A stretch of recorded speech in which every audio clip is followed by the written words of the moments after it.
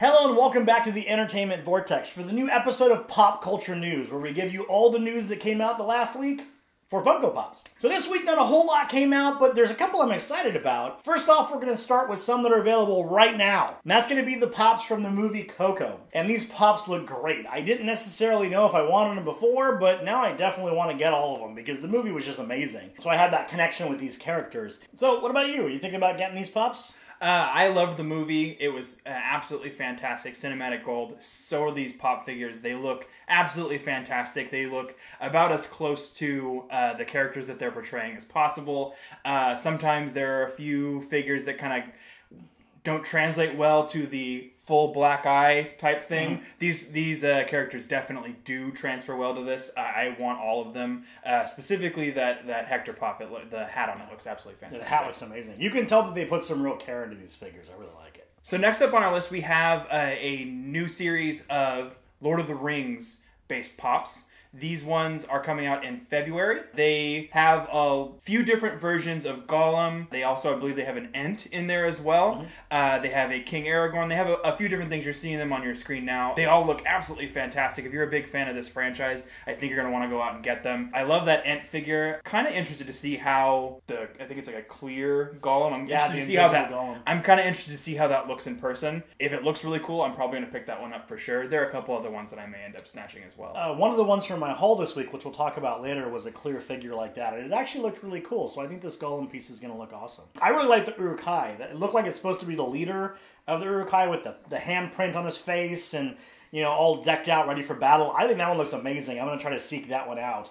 The rest of them, I'm not too sure. I mean, I like the Ent. I think it was supposed to be Treebeard. I liked him. He looked cool, but I'm not, like, jumping up and down at these. I don't even think I own any Lord of the Rings Pops, which surprises me because I was definitely a big fan, but they haven't found their way into my collection yet, so I'm kind of on the fence about these. So next up on the list is going to be one that I did not see coming. So these are a whole line of Pops based off of the mobile game Contest of Champions, which is a Marvel property. So I played this game before. I didn't get hugely into it. I'm more into Marvel Future Fight, which is another mobile game. But apparently this is really popular if they're making a whole pop line from it. I will say this, though. From a Marvel fan perspective, these are pretty freaking cool. I mean, some of the characters I didn't see coming, like they have a King Groot, then they have a glow-in-the-dark version of King Groot. They've got Howard the Duck in like a mech suit. I mean, these are freaking awesome.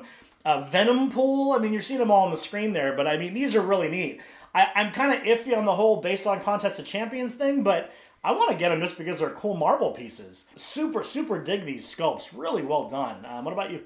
I love the way that all these figures look. They kind of remind me, there was I want to say it was in the 90s. There was a series of comics that they did. It was like limited run, and they did weird combinations of things. They didn't read well super all the time, but they did some really cool combinations with some of the characters, and I feel like this does that as well. There are a few things that are kind of combinations. There's one that's almost like an Iron Man and Captain America combination that looks really cool. The Amalgam comics. Yeah. Yeah, those were great. The Batman-Wolverine mixed one. Yeah. It kind of reminds me of that a little bit, kind of in that vein, but these characters are super cool looking. It almost made me want to re-download this game and give it another fair shot, because it's been, probably about a year since I downloaded it the first time. It's not like the brawler type game that it's trying to emulate. I didn't feel like it translated well to mobile, but they may have worked out some of the kinks, and I might give it a try just based on the way that these figures look. I actually just re-downloaded it and tried it again because it was one of the ones they advertised as being compatible with the iPhone X.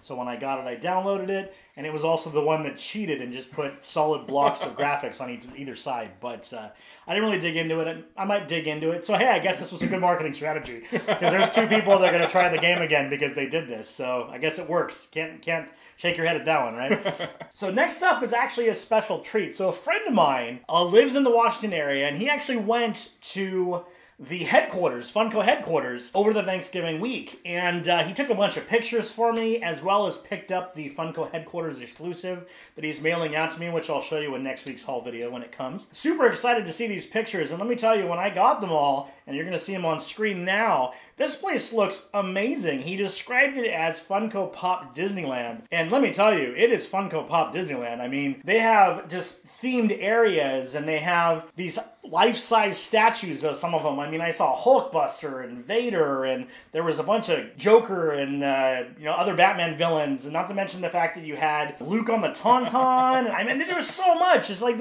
every picture I hit, it was like some new character as a life-size pop. Plus, if you look at the outside pictures, they're lined up along the building, so the whole building has giant pops lined up above the doorways. It just looks like a giant, theme park. Obviously they don't have rides, but they did have something that I think is just as cool. They had an area where you can make your own pop. That is amazing. I want to go down there just to make my own pop. That sounds so fun. I'm having a custom one made, and I'm not going to spoil who it is until I get it in and show you guys. But I am getting a custom one made, but the idea of actually making an official make your own pop, that just sounds really cool to me. So I'm curious to know, have any of you gone to the Funko headquarters? If so, let us know down in the comment section below. I mean, you saw the pictures. What'd you think? Is that what you expected? It's a little more over the top than I was anticipating, which is not a complaint in any stretch of the imagination. It looks like there's a lot to see, and that it makes it a worthy, day trip thing. Like if you're in the area, go down and visit, check out and see what kind of things you can get in the exclusive shop,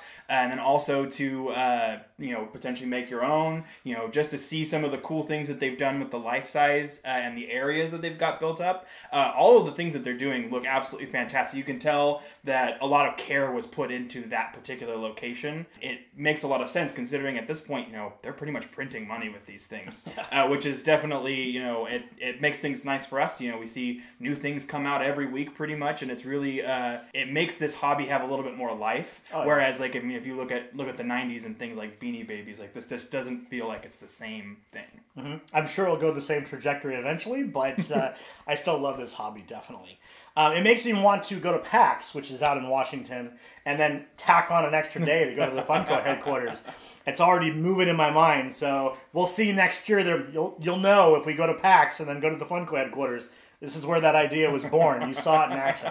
So here's a segment where we talk about our haul for the last week. So what we personally picked up. I got a lot this week. So you're going to see on the screen this giant picture. And the reasoning is because I purchased a chunk of someone's collection. A coworker of mine, I've been buying pieces of his collection over time, and this was the big chunk of the collection I picked up. So you'll see there's a whole set of Willy Wonka pieces in there, from Willy Wonka and the Chocolate Factory, of course. There is almost an entire set of the Inside Out pieces. I think I'm just missing the regular Bing Bong. I have the clear one there, which, by the way, is hilarious to say I'm missing the regular Bing Bong. But that's just a great sentence in itself. There's also a couple Arrow pieces in there, and then some Gotham pieces, some Batman and stuff like that, different stuff from the world of Gotham. I really dig these pieces. And then there's one in there that you're probably going doesn't really fit, and that was a Black Friday thing I got. There's the Iron Sheik from WWE. So I bought a mystery box from Freddy's Box. I got up crack of dawn on Black Friday, refreshing the page because they only had 100 of them. You paid $35, you got a random chase, and it was a chance to be one worth a ton of money or one not worth a whole lot of money. Sadly, I got one that wasn't worth a whole lot of money, but you know what? The anticipation and the fun of refreshing that page and getting it and the excitement, it was all worth it. So I'm glad I did it. I'll definitely do it again next year. Plus, it was a chase I didn't have, and I was a wrestling fan when I was a kid, so I definitely don't mind it in my collection. It's a cool looking one. It looks like it was a color swap on his headdress, but very cool. So yeah, this was an abnormal week for me where I bought a ridiculous amount. So I don't think he's going to have quite as many, but what did you get? So it's going to look very sparse in comparison. You're going to see one pop on your screen right now. And it's the Chase version of 11 from the first season of Stranger Things with the wig. This is one that I've been looking for a really long time, to no avail, and it was actually a gift from this guy. So we are co-workers in real life, and we are part of a Secret Santa gift exchange. And he's not very good with secrets, so I know what it is before it's even December. But I'm not complaining. Like I said, I've been looking for this one for months now, and I'm really glad to add it to my collection finally. And then a little bit about the Iron Sheik that you have for your collection now. It's really interesting because now he's kind of like an internet thing now, because he has his own Twitter account, and he posts all these like really like poorly spoken trolls at people, and it's like, you should check that out. You may end up wanting to hang on to this one just for that content, because it's pretty excellent. I remember the guy that actually played the Iron Sheik, and I remember that he was quite the character already, so I can imagine that's quite hilarious. The funny thing about that Secret Santa is that we work with a pretty large crew, and the fact that I actually pulled him is just mind-boggling to me. I got it and just sighed relief. I'm like, oh, this is going to be easy. I can get him something really easy. I know exactly what he wants, so I didn't get someone that I had to like take a shot in the dark on what they wanted. So very cool. So if you haven't already, go ahead and subscribe to this channel because this is going to be changing. So this channel is going to become an amalgamation of 2 channels. So it used to be the PC Gaming Vortex. It is now going to be known as the Entertainment Vortex. You're still going to get all that great gaming content with at least 2 videos a week, but you're also going to get the movie reviews, the Funko Pop videos, plus fan films. There's just going to be a constant amount of content on this channel, which will now be known as the Entertainment Vortex. So we hope you'll follow us into the Vortex. We'll see you next time.